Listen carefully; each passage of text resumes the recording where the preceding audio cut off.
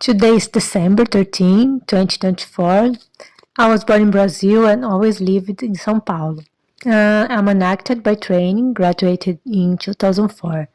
And this notion of space, scale, and architectural reference influenced me in a positive way in art, because I started with a focus on murals and large panels, and this notion of space helped me a lot to balance scales in the beginning. As a child, my parents have always been supportive to all my decisions, but because they are traditional, my education was also to study, to go to college, and enter the corporate world in the hope of making career in traditional professions. I was afraid to go to art college, so I opted for architecture. But over time, my inner voice spoke much louder. At the same time, my parents always encouraged me to express myself through art. My father traveled a lot for work and always brought me several drawing materials. This was very remarkable in my childhood. And if I wanted to paint or transform something in our house that we used to live with my family, my mother never said no to me. I don't know if I have a biggest influence talking about current times. I don't have one or the other specific artist, but I identify a lot with spontaneous art, which really comes from the inside of the person and not that art made to fit into the market or what galleries dictate. That's why I like street art, for example, graffiti, because I live in Brazil and here is one of the main countries where street art was born. I also love masters of xilogravura, and it's a type of woodcut that is another traditional Brazilian art that was born from the tales of cordéis to illustrate stories. But speaking of well-known artists, I identify with, for example, Matisse, Picasso, Calder, Kate Haring, Tarsila do Moral, Brazilian artists, Yayoi Kusama. There are so many influences. It's hard to choose one. Right now, I'm really enjoying making wood panels. I felt like making different shapes than traditional paper and canvas.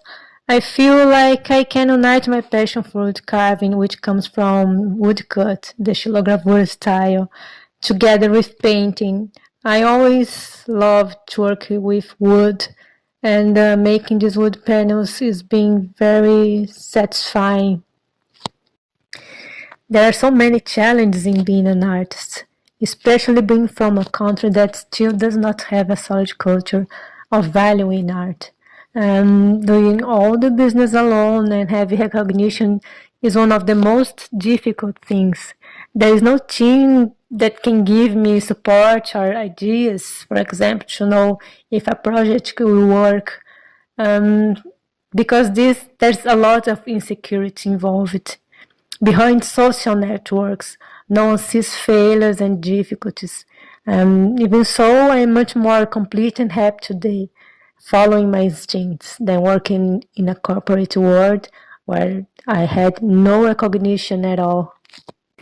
If I could go back in time and give myself one piece of advice, it would be don't change anything, because everything was part of learning.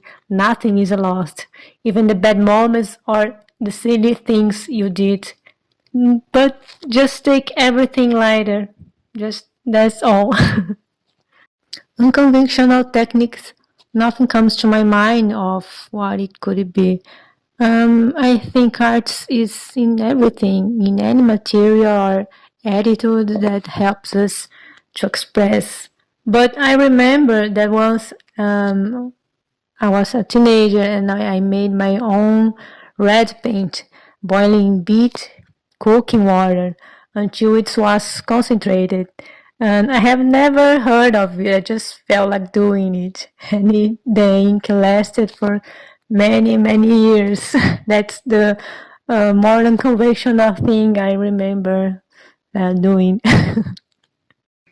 Most of the time, I love silence because I like to feel my surroundings, to hear people in the distance, the birds, barks, footsteps, cars. These sounds of the neighborhood. I live in a quiet neighborhood, it's not annoying noises, and I valued it a lot. The best reaction to one of my artworks was when the client said she almost cried when she saw the project for the mural I was going to do for her. My main inspiration is the nature and biology. I love the perfection, the forms and anatomy of all beings. The cellular level to the most giant animal in the world. Everything fascinates me. I love the mystery of how life perpetuates and transforms in nature.